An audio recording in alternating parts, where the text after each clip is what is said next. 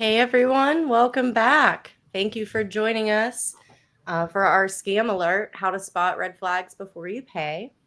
We have a special guest tonight. I'm super excited to introduce Dea. She's founder of Divine Sense. Dea, welcome. Welcome. Hi, thank you. Excited to be here. So I'm excited to have you. For those of you in the audience who don't know Dea, she's a current government contractor. She just wrapped up a contract, but it wasn't always that way. So she's going to share some of her tips and strategies on sort of navigating these scams. Natasha and I will teach you what to look out for, and before you hit that buy now button, what you need to know about what's actually possible Yeah. and what isn't really. So let's start at the beginning. Dea, how'd you get involved in this industry? Tell us about Um, yourself. well, it kind of, I guess I had a couple little small intros before. So before becoming the founder, before founding Divine Sense, my current business, I was an attorney and I was working in an office of general counsel at the state level. And in the office of general counsel, sometimes we touched on issues of procurement there. So Mhm. most of what I was doing, and it was just for a brief period of time, and some of the work that I was doing, we do memoranda of understanding between agencies, or I might review like a couple government leases. So I really wasn't all that familiar with it once I started my business. I knew what it was. I kind of knew what some of the certification programs were, but like I had never really done anything to try and move in that direction. And truthfully was a little hesitant because I know how much is involved with anything that you do with the government. And Mhm. so I was like, do I want to do this? It seems like it's going to be a lot of work. I don't understand it. I'm going to have to get educated. I don't know where to begin with it in terms of on this side of it, in terms of the business. And so I kind of avoided it until 2019 when I think the Maryland National Guard, somebody from a contact there, their prime contractor reached out and was like, "Hey, we'd like you to come in and do some wellness work for the children of military families." And I was like, Oh, "Sure, I'm kind of my dad's in the military. I have a military family." And so I was like, "Yeah, I'll come in and do it." And so kind of just floated for as a subcontractor passively, without like exploring anything more for a while, and continued to work with them through this year. And then I think about a year and a half, maybe 2 years ago ish, um, I was like, well, maybe I need to go back and revisit this because, I like what I'm doing. I know that, the VA does a lot of work with yoga and wellness. So maybe I want to start looking into them. And so I think it was through the Maryland Minority Business Development Agency. They put me, I think I had seen something on there about government federal contracting, and they had an accelerator through Govology. ooh. And then I was like, oh, this sounds great. I think it was grant funded or whatever. And so I didn't have to pay to get into it. And I was like, oh, this is exactly what I need if I'm going to try and do this. And so signed up for that. That's where I met Ashley. And then I was like, oh, this is exactly what I need. Somebody's just going to sit here and teach me how to do this. And I didn't have to pay because that was a promotion that was happening through Maryland's program. Um, and so that's kind of like how I got more comfortable. And everything that I've done so far in terms of government contracting has been either as prime or as sub at the state level or at the federal level. It's all been micro purchases, which Okay. I'm very happy with as a Oh, yeah, they add up for sure. very happy with it as a solo entrepreneur because I would be able to handle much more. But Fair kind of enough. with the training that Ashley, through Govology and the other support that I've had, it's been enough. Of course, I can use more, but it's been enough to keep everything growing. And so that's kind of like how I got started in it. So you had kind of an advantage because I remember we talked about some of these scams that we're going to talk about today during that cohort.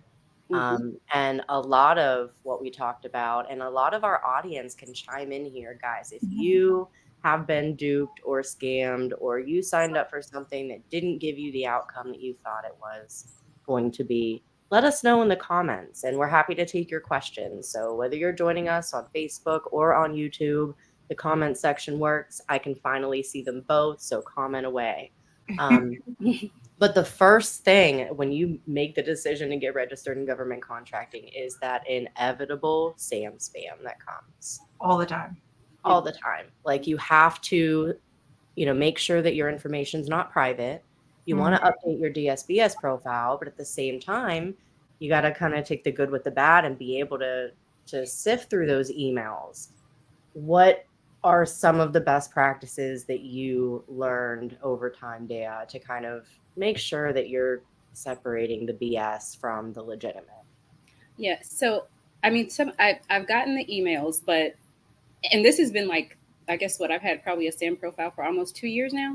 Mm-hmm. And so there was a flurry in the beginning, which, GovOlogy had already warned me about. I don't even think I knew. I might have signed up. I think I tried to create a SAM profile before. I don't know, something happened, or maybe there was an overlap in the time period. But either way, I started getting the the GSA schedules. Those emails came in first. Oh, that they came in first, and they were like, "Hey, they're coming in hot. Get on this schedule so you can get this contract." And I'm like, I've looked at some of these contracts. Like, for the federal government, there's no way I'm just going to willy-nilly like get on the schedule when I'm not sure that I can actually like fulfill the contract, like terms and criteria. Like, I don't even want to be on the schedule. So that just freaked me out because I'm kind of scary.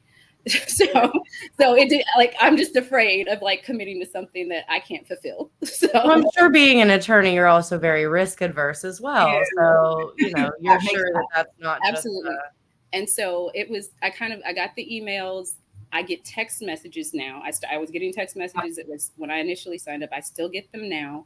Everything has a link in it, of course, and they're trying to get you to click on this or click on that. I don't click on any links because I'm terrified of that too. And risk averse. That sounds better. And so with all of and sometimes I get calls. I don't get very many calls, and I screen them anyway, because usually, like, if you're using Google at all, like for your phone or whatever, it'll identify a scam likely. So that's been very helpful, because then I'm not, constantly picking up the phone thinking that this is like a legitimate opportunity when it's not. So for me, even when and I'll start with the phone calls first. When I get the phone calls, anybody who's trying to sell me anything, send me an email. I'm not going to entertain anything that you're talking to me about over the phone. I don't know who you are. I didn't make contact with you first. So I need you to send me an email, put all the information down in writing, and then we'll go from there if I'm interested. Oh, I like that. I've never thought of that. If they don't do that, I don't consider them to be legitimate. Fair enough. Like, if you're not willing to commit to writing, and again, that's that attorney thing. If you won't put it in writing, then I'm not going to entertain it. So that gets rid of a lot in terms of phone. Text messages, I ignore those too, because most people don't initiate business with you through text messaging. No, no, they don't. Not anybody legitimate. No. And so then we get to emails. And so even with emails, if I don't already know you, I'm not familiar with your organization, I haven't signed up or subscribed to anything. I didn't meet you through like a SCORE webinar, or I wasn't introduced to you through a SCORE webinar, SBA, Apex, one of the small business liaison offices, or MBDA. I don't assume that you're legitimate. Like, I don't know where you found me, and I'm not familiar with you. So the emails, if they can't say, hey, I worked with you, or, you're getting this because you subscribe through this webinar, I usually just kind of assume that everything that I don't identify as affiliated with an organization or something that a subscription that I did, I assume everything is a scam. It's just it's the best way to proceed. And I gotta say, what I've seen more this year and last year start to come about, in addition to everybody needs a GSA schedule to do business with the government, which is unbelievably not true. Clearly, because Dea still gets contracts and she doesn't have a schedule. So if market research, my caveat there is, if market research says that the government buys what you sell on a schedule, I would put it on my long-term plan. But don't make someone convince you to pull that trigger before you're ready, right? Mm-hmm. There is a significant investment. Mm-hmm. But now what I'm seeing is subcontractor, newer businesses, they're getting involved in government contracting, and they get this prime that reaches out to them, and they have an opportunity, and the email at first glance will look legit. We can't use the .mil or .gov rule like we can with SAM spam. Yeah. So there, you have to go the extra mile to verify that sender. So I've had clients submitting, pieces of a proposal, that came to me after the fact and said, hey, I got this weird email. This is what I submitted. Come to find out there was some intellectual property included. Yeah.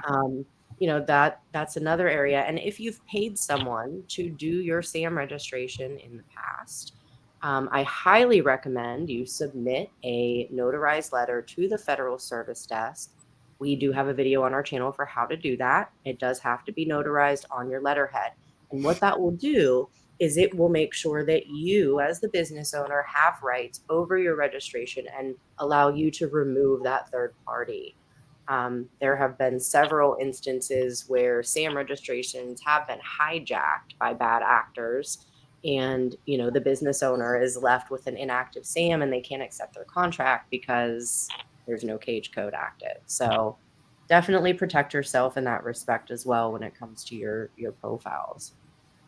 I would also go above and beyond to say that also when people are responding to you, and I know that a lot of people have Gmails and Yahoos, and I'm not against it, but I won't do business with people that do.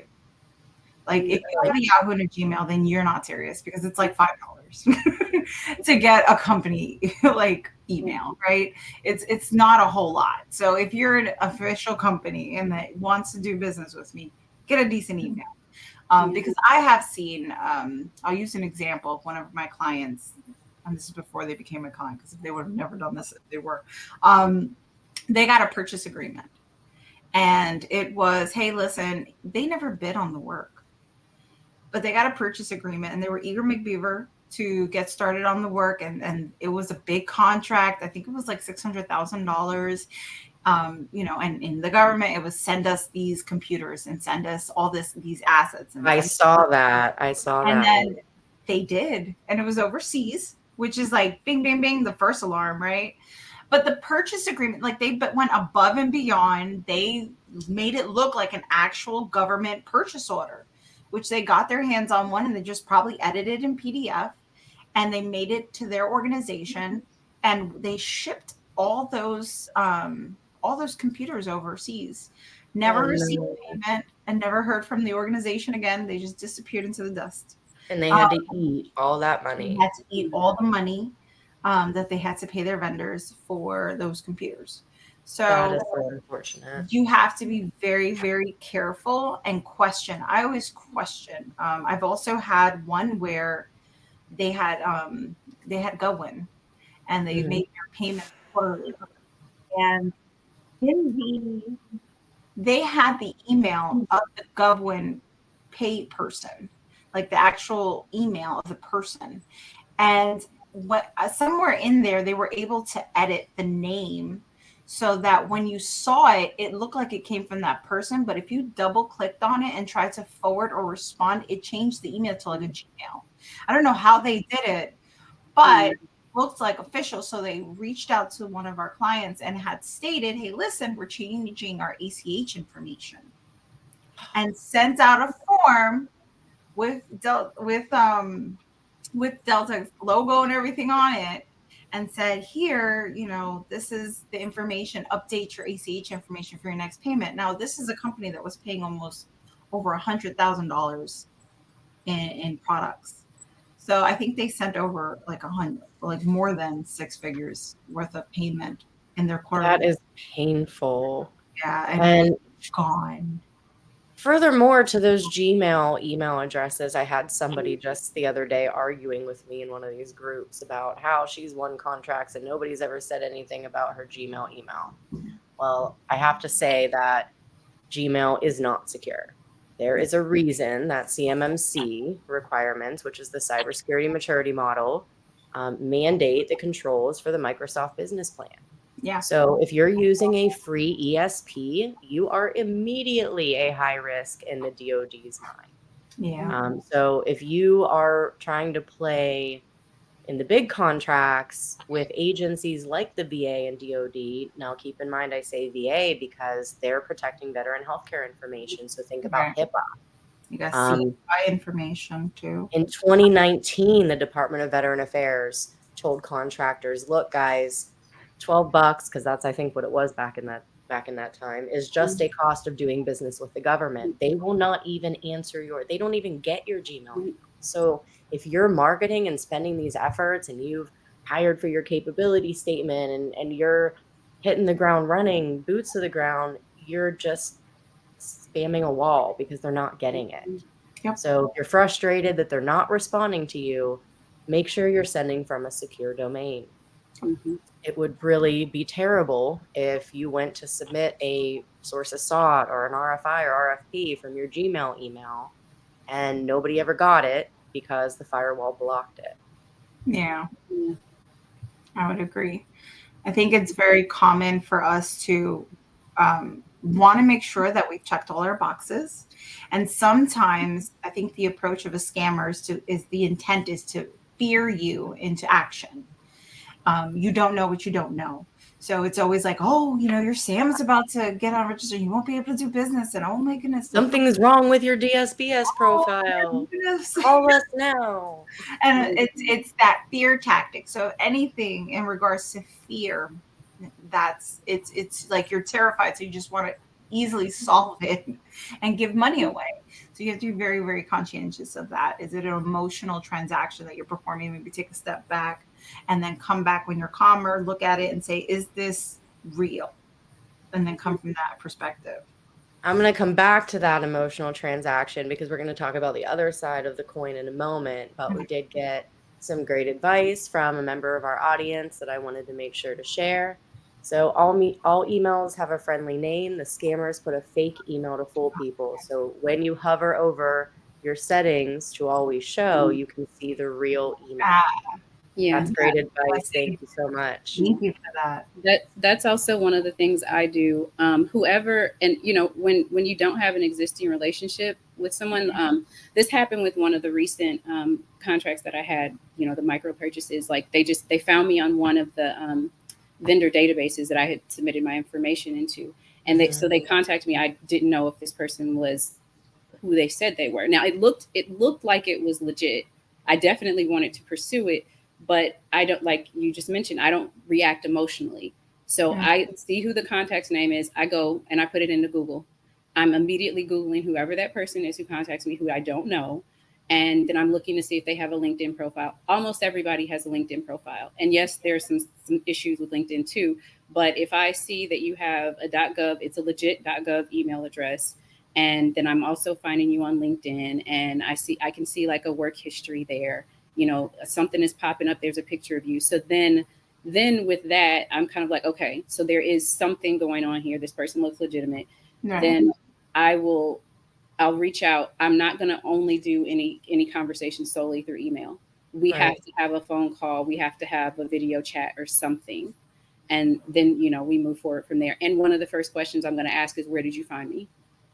Just for marketing, like to make sure that marketing is working. You have to check your source. That's true. What's working, what's not. Yeah. And then secondly, like are you legit? Like, did I actually list myself there? Did Ashley actually, would Ashley have told you this? Right. Mm-hmm. So, or is it something else? And so that's one of the things that I found that kind of just, gives me another layer of like, okay, this person is who they say they are. On the flip side though, because I think that, for me, I think maybe it's just because of my background, but I think identifying that someone is actually from the government is easier in those situations because of the .gov.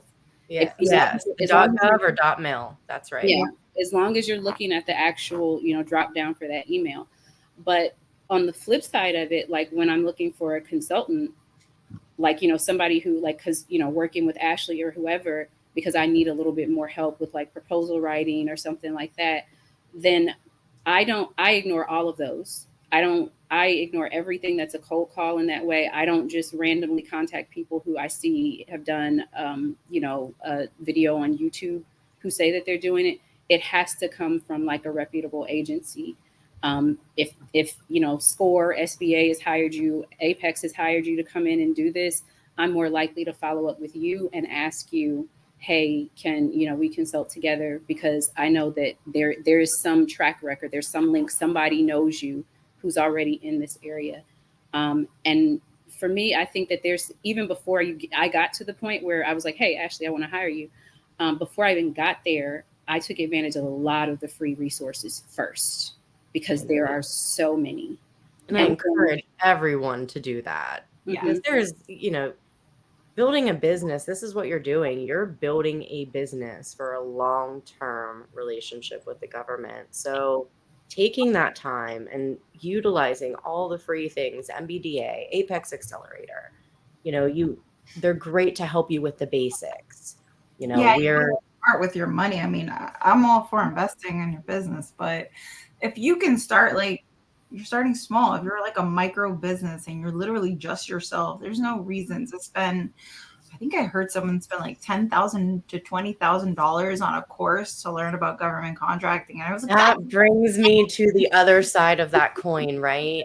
Some are playing on your fear. And now since COVID happened, we've got this whole new thing where they're playing on your hopes and your dreams to sell you a course or a mentorship or some sort of high ticket product that's going to make you rich quick. And guys, this is not the industry for that. No, it's very targeted. Like, have I been able to assist a client, who put in the effort within 3 to 6 months, get a government contract? Yes, absolutely. Mm-hmm. But that's not the norm. That's the exception, right? I've done that for a client who had DoD experience, who worked on past contracts. I did that for a client who had a new idea that he wanted to sell to the government, and he had an IDIQ written for him, but they are the exception. They're not the mass.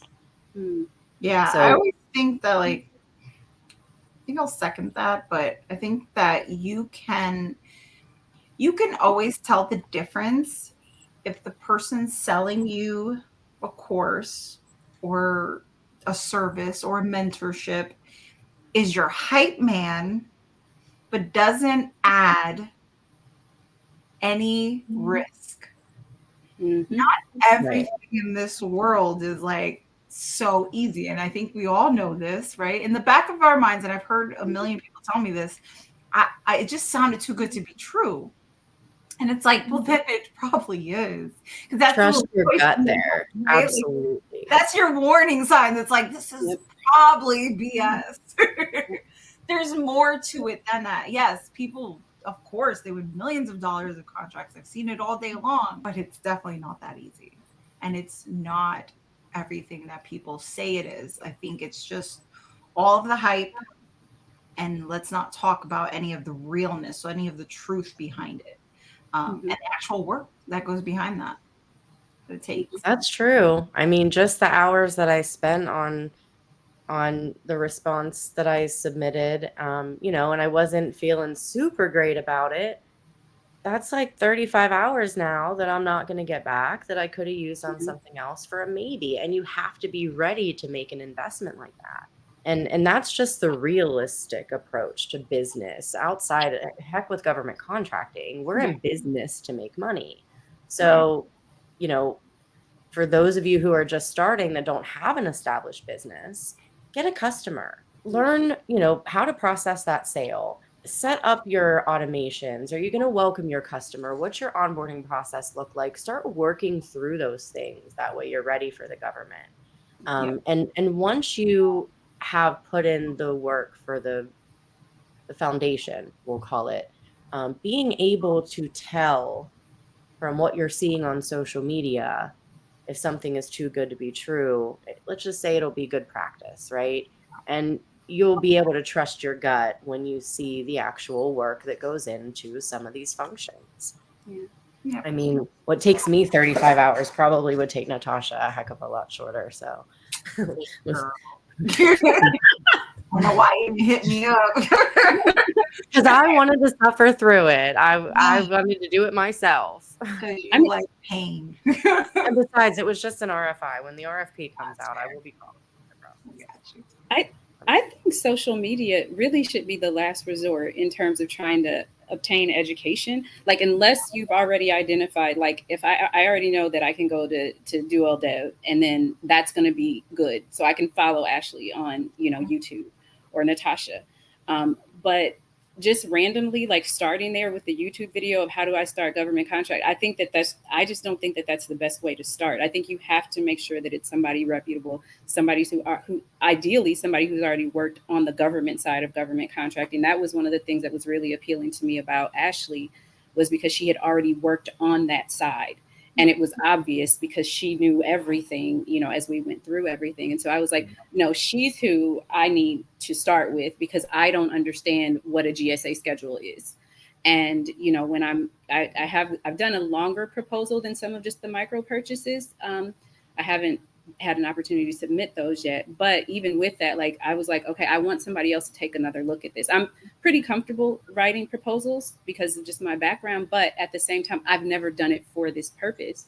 So when it got to that level, I was like, no, I absolutely already know who to call. And I didn't have to go necessarily to YouTube, because I had already watched so many of the free webinars from the legitimate sources who got me ready to the point where I had a specific enough ask that I was ready for a consultant. And then I had already, through the webinars, been able to identify a consultant to work with. So in what she's talking about, guys, for the audience who might not be aware, Dea was engaged with her MBDA and Apex Accelerator. And these resource partners oftentimes, have access to Govology on-demand training. This is accredited training. So when you're out there looking at your professionals, the difference between those of us who were raised in the DAU asylum and, the people that maybe won a couple of contracts a time or two is the fact that we are trained acquisition professionals. I would dare them last a moment in the asylum that we were raised. Defense Acquisition University is no joke, right? So any of you, if you've been there, you know what I'm talking about. I know we have a group of 1102s and project managers who know what I'm talking about that watch the show. But nonetheless, just because they won a contract or two does not make them an expert in your industry. These industries operate differently. These agencies operate differently. They each have their own supplemental rules. What worked for Joe down the street is not going to work for Joanna, and vice versa. It depends on a lot of different factors. So just don't fall to some of these gimmicks. I see a lot of clickbait right now, how you can win millions of dollars in 90 days. And you don't need past performance or experience. You don't need experience. And I have to work with you. Yeah, there's really only this many contracts that's actually feasible in. So I want 5 million in 2 weeks. I want to see your gross profit margins. Fine. Yeah, there's a reason the Word Dog guys went to jail, right? And I think for those people who, like, I wouldn't dream. I've only had like I've had a handful of micro purchase contracts. And so I can't even imagine trying to put myself out there to, even with the background I have, I would never dare to try and advise anybody how to, go after, a 6-digit, contract with VA. I wouldn't even dare. I wouldn't even dare to even, I'd be like, hey, you can call Ashley or somebody else. But so it's interesting to me that, kind of, I guess, that people are so trusting. I don't know, but I might have trust issues. But it works though. It works though if you have them, right? You have an asylum of protection around your ears. You're like, nah, I'm good. But well, here's the thing I'll point out. And that is, it's not a bad thing. I think that's always a good thing. You want to believe the best in people. And sadly, we live in a world where there are people that take advantage of that. And that's not everyone, because there's plenty of people I help for free. And I don't expect a thing out of it. I just want you to succeed. Your win's my win. But not everyone thinks like that. Some people are just like, well, for $20,000, I can help you win $1 million. And people will spend their last. I have had people willing to work 2 jobs just to pay a fee. And I'm like, guys. I had a woman remortgage her home to purchase one of these courses. And I'm not going to mention the name because the lawyers say no. But she was in tears, wondering what she's going to do now. And she's no closer to a government contract. She's even more confused than when she started. But I will say, to your point, Dea, I don't really think it's just you, because the difference is with this process in place that you are vetting, you've not been scammed. Yeah. It wasn't for their lack of trying. It's just that you were diligent. And that's the message that we wanted to make sure the audience took away with them. Right. And you achieved it. You're winning government contracts and you're still protecting yourself. Yeah. And she's setting herself up for the next win while she's working on that contract. So she's working the strategy, and I could not be more prouder of you. If Patience I works. Patience works. Yeah, but Ashley is right when she said I had a leg up by, kind of Maryland already offering through the MBDA, the GovOlogy, and introducing me to, people who already have worked in the government. And that was like invaluable. And I had to pay $0 for it. Like I didn't have to pay anything, and they still have like that agreement with the state right now. I'm not sure that that's true in other places, but like there's so many resources that I've found that, there are places where you can learn about it for free first. And then that's how you find the good people. Before I forget, I wanted to talk about kind of the third scam that I had been introduced to. Okay.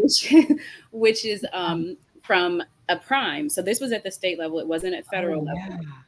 And so I was kind of just doing my thing as a regular business. It was before I started to get more involved in government contracting. And so someone reached out to me. I think, I'm not sure where this prime was finding people, but they were looking all over, and they apparently had secured a contract to do wellness work for in juvenile services. Okay. And so I get the call, and she's like, hey, yeah, so-and-so mentioned your name. I looked you up on Google. Your business looks great. I'm wondering if you come in and if you would be willing to do weekly wellness sessions with the youth. And she was like, I'm excited. I didn't even think I was going to get this contract, but I got it. And I'm like, okay, so what are you thinking? So we get into details, and then she's like, yeah, if you could just come and do like how many locations can you do each week? And she's like, oh, could you do up to 3? And I'm like, okay, well, how long? So I'm asking for details. Like, I don't know this person, but she's talked to someone else who knew about my business and said, hey, try her. And so this first conversation is the contact that I have with this person. So I'm asking a million different questions, because like, what's your business? I'm writing the name down because I need to look you up. Are you a real business? Like, is this all real? And so before I even got to the point where I needed to research her, she told me that, well, I'm going to be leaving to go to Africa for 3 months. And so I'm hoping that you'll just perform this entire contract for me, and then I'll pay you when I get back in, stateside in 3 months in December. And I was like, I don't know how that works. And I was like, this conversation is over because I can't with you. And so like that, just in the course of asking these questions, and I want to say we might have been on the phone because I'm kind of, if I don't know who you are, we don't have prior dealings with each other. Of course, I'm polite, but I have a lot of questions for you because who are you? And, this sounds sketchy that you bid on this contract, you won it, but you have no intention of performing this because you've already told me that you've bought your ticket to another country that you're going. Why did you even bid on it if you knew you couldn't fulfill it? Yeah. So then she won the award, and then she tried to find the sub, basically. Exactly. Middleman approach. Tell me you don't know what you're doing really without bad. telling me. Yeah, I can't even remember. I don't know if we got to price, because once I heard that like you're looking for someone to perform this contract for you. And so I think one of the last things I said to her was, why would I work for you to do this entire contract when I could just bid on it myself and I'm going to be stateside?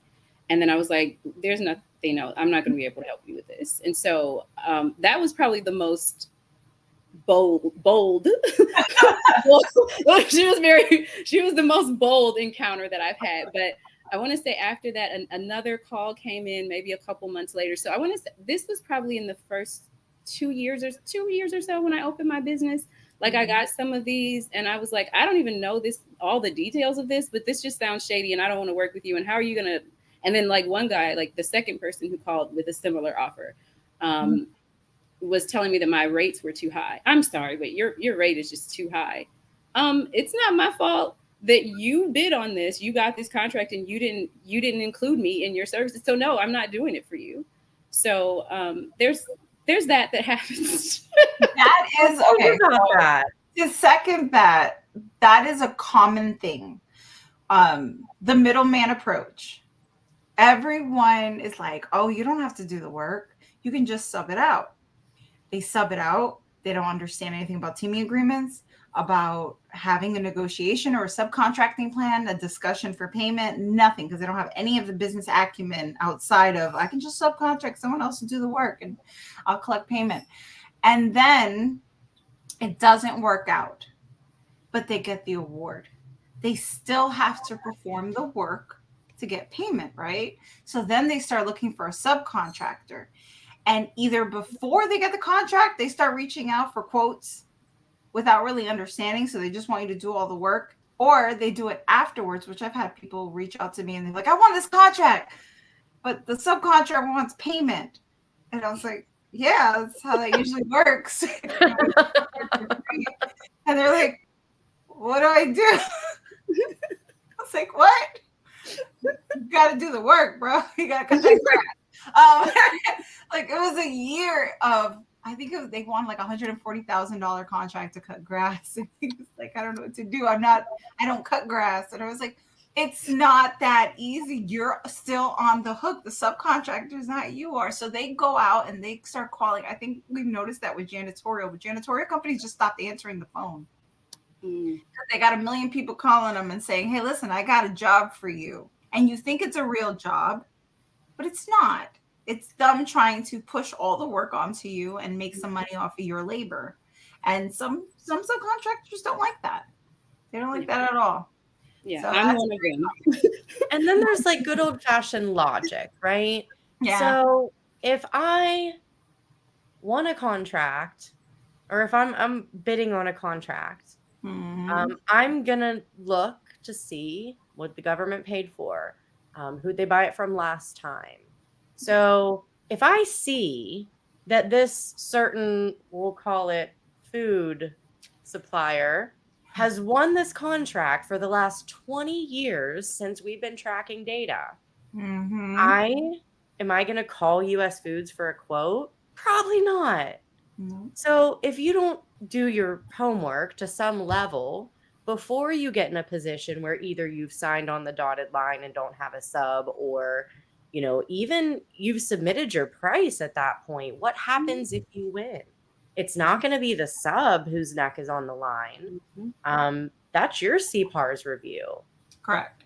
Get a bad CPARS review and you might as well just hang it up, guys, because it's not going to work. It's not going to work. And again, there's a good way to do middlemaning, but it has to be the right way, which means that you are still in charge of that contract. You're still managing it. You're still in charge. It's your business. It comes with bring value to the deal. Yes. I say that all the time. Value added reseller is everything. A better approach to the market.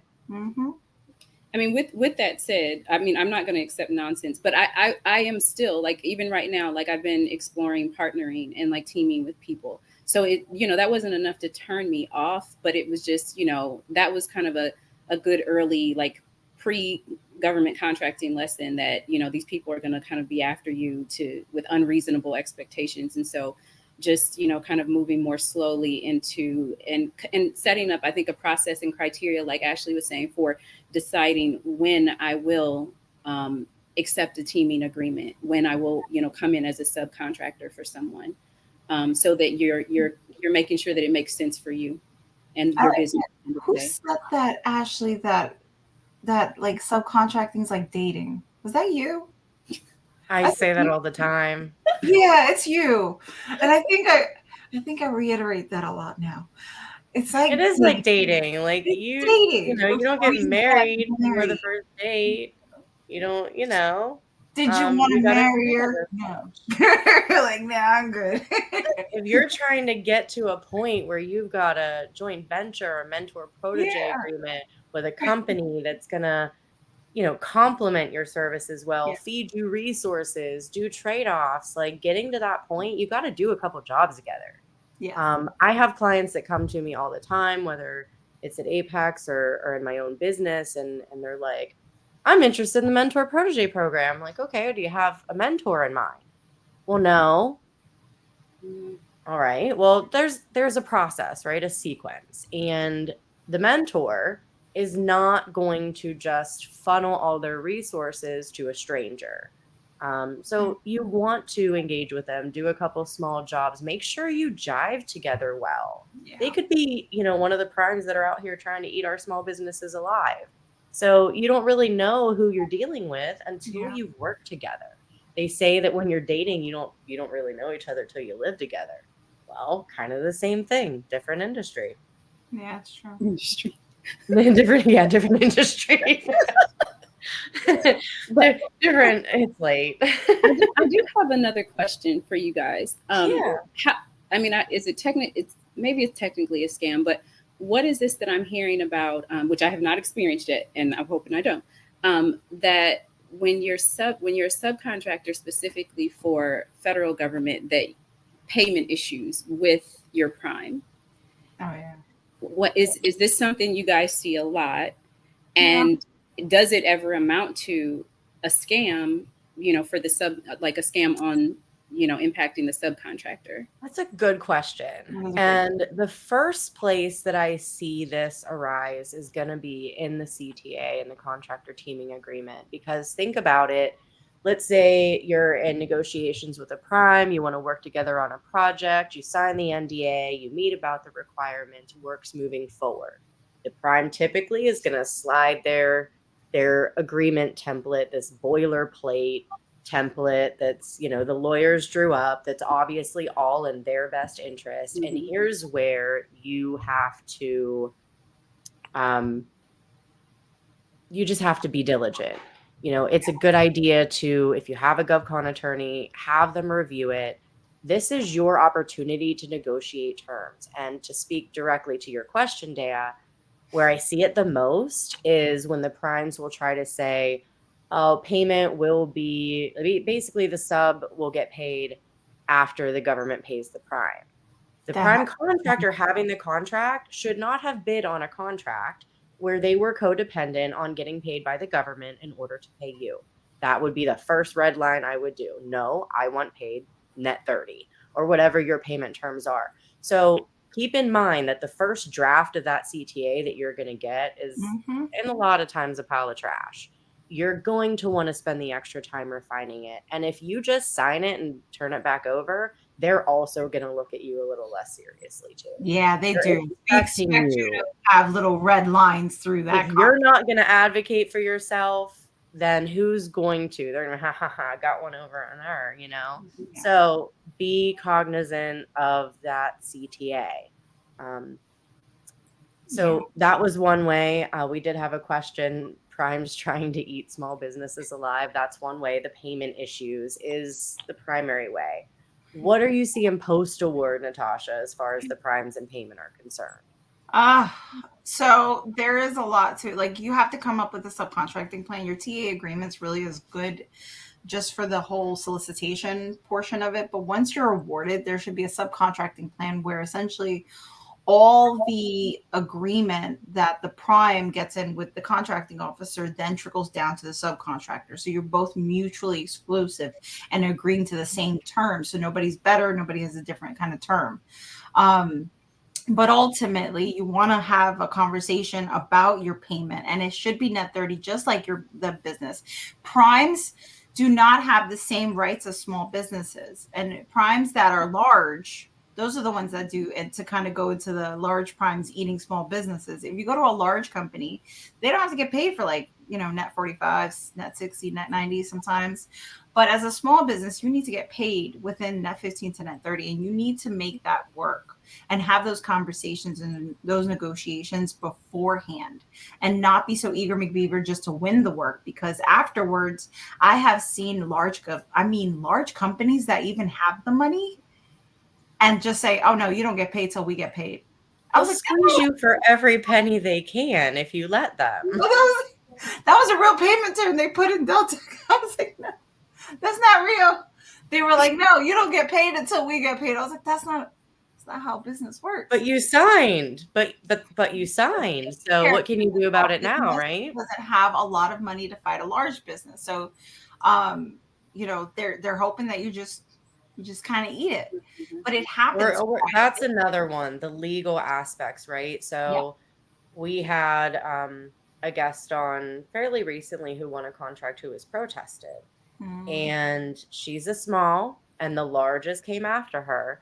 They were just mad, incumbentitis. They were mad they lost the contract. They had had it in years past, and they took her through like 3 different protests.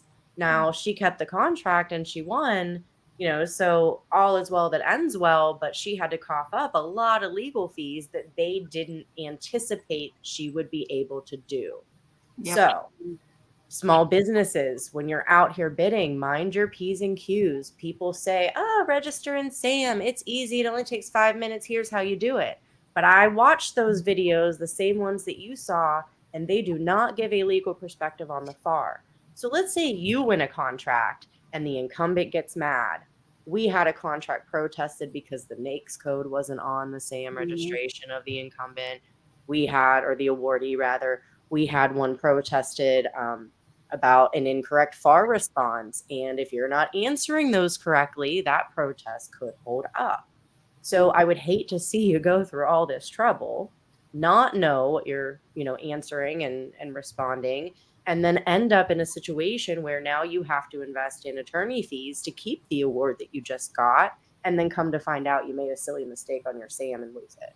Like that's worst case scenario, right? That doesn't happen all the time. But they will use their money to muscle you around, intimidate you, or if you're a machine shop, buy you out. Machine shops used to be a dime a dozen. Where are they now? They're scarce, few and far between. Why do you think that is? The prime bought them all. Yeah, eliminated competition. Even like there was one where sometimes in regulations, they're counting that you don't know what they know. We have those conversations a lot. No one's reading the FAR, right? But you still have to reference it if it's in a solicitation.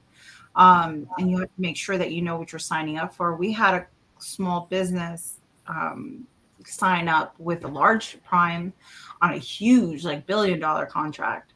And they were just so excited to have a piece of the pie that they were given a location to provide staff services versus facility maintenance. And it was, it seemed like a very robust multi-year award contract for millions of dollars. Easy, right? No, they didn't know that it was a SEA, and they didn't know what SEA was. And this is one of those things where the prime went to them and said, well, this is the wrap rate you're allowed to use, and this is the escalation you're allowed to use. Not what you want, but what we say. And so that they did. They were, again, eager McBeaver, truly happy just to win the contract, right? Not realizing all the cost that comes with managing SEA employees, the fringe rate and wage indeterminations and everything that comes with that, and the DOL audits. Their profit margin, I think, ended up to be -8%. Oh, they lost money. They were in a subcontracting plan that they signed that they couldn't just drop or they'd get sued. So they had to perform 4 years of the work at a loss. Oh, that's terrible. That's painful. Now, that's not the norm, guys. Don't freak out. Don't freak out. But it just goes to show you how important those teaming agreements are. And Alex brings up a good point. Most federal contracts state that the primes must submit invoices 10 to 15 days, and government pays within 15. There's also, prompt payment incentives built into contracts, things like that. But as a COR, he would get hammered if he went past 15 days. That means the prime got paid within 30. Now, the contingency to that is, and there have been a few stories already that alluded to this, is if you are working with a company who really is not, they don't know what they're doing and they probably should be subbing, but they won this contract anyway, right? They're not going, just them getting the invoice correct in wide area workflow is dependent upon you getting paid, right? So there could be multiple reasons that somebody inexperienced could cause a payment delay. Just making sure that your head is in the game and you're able to navigate that in case you are the prime. That's the biggest area I see from a prime perspective. They win their first contract and they make a mistake on the invoice. Or and then audit. they're waiting to get paid. Audits delay. Work stops. Audits delay.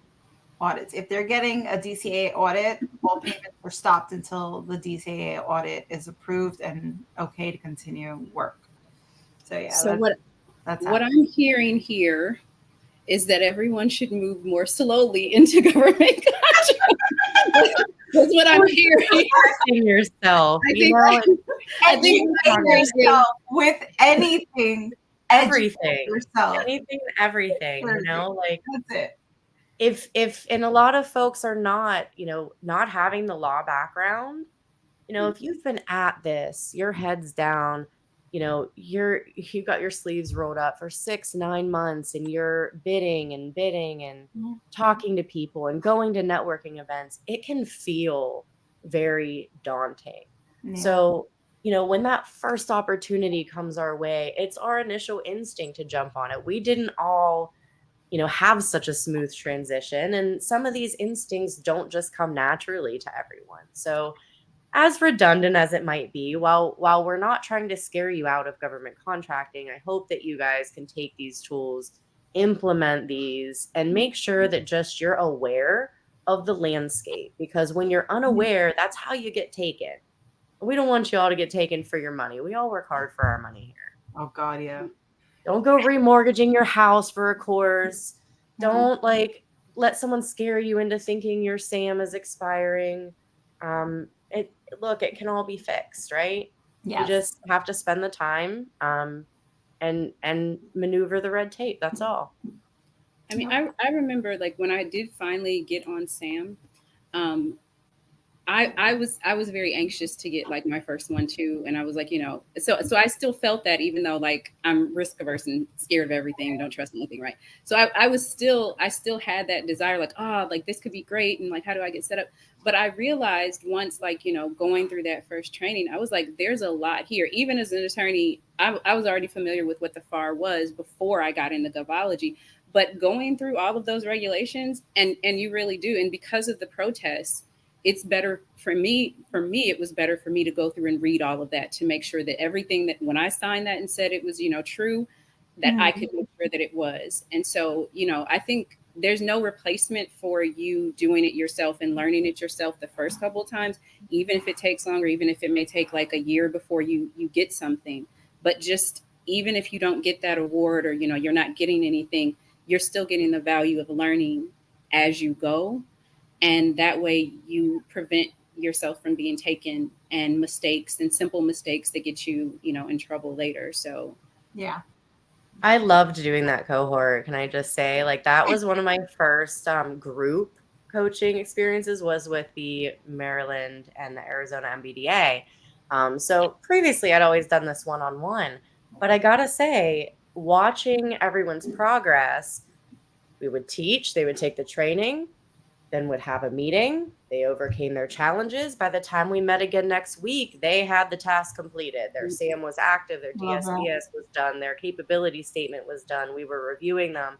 So that kind of guided learning. I definitely hope that we'll get to do more of that this coming year. So if there are any other MBDAs or Apexes out there, we would love to do group coaching. And it was really great to be able to say, at the end of it, we had 25 to 40 companies for each one. It came out procurement ready. They had an understanding of the regulations. They knew their market. They knew the agencies that bought what they sell. Their marketing assets were ready. And they felt confident in approaching this market. So we did them in a variance. One was 12 weeks. I think one was 4 weeks. But yeah, that was an incredible experience. So I appreciate your joining us and just sharing with us what you got out of that and what your story looked like and how you navigated it, because having that from someone with your experience that's incredible for the audience. Yeah. So. No, absolutely. I'm glad to be here. And I just want to say, highly recommend Top Tier. I would go through another accelerator with you guys. You too, Natasha. If you're down for it, I'd love to hear more. Girl, I'm a trip. Let's have fun. We're putting her together a proposal writing boot camp. Yes. Don't even. No, Yeah, we please. definitely I need a boot camp too, I think. And we will see you next week, same time, same place. And look out for our unscheduled Hurricane Helene special coming up with Robert Wink. Yup. Thank you, Dan, Natasha. Thank you. Thanks, everyone. Bye-bye.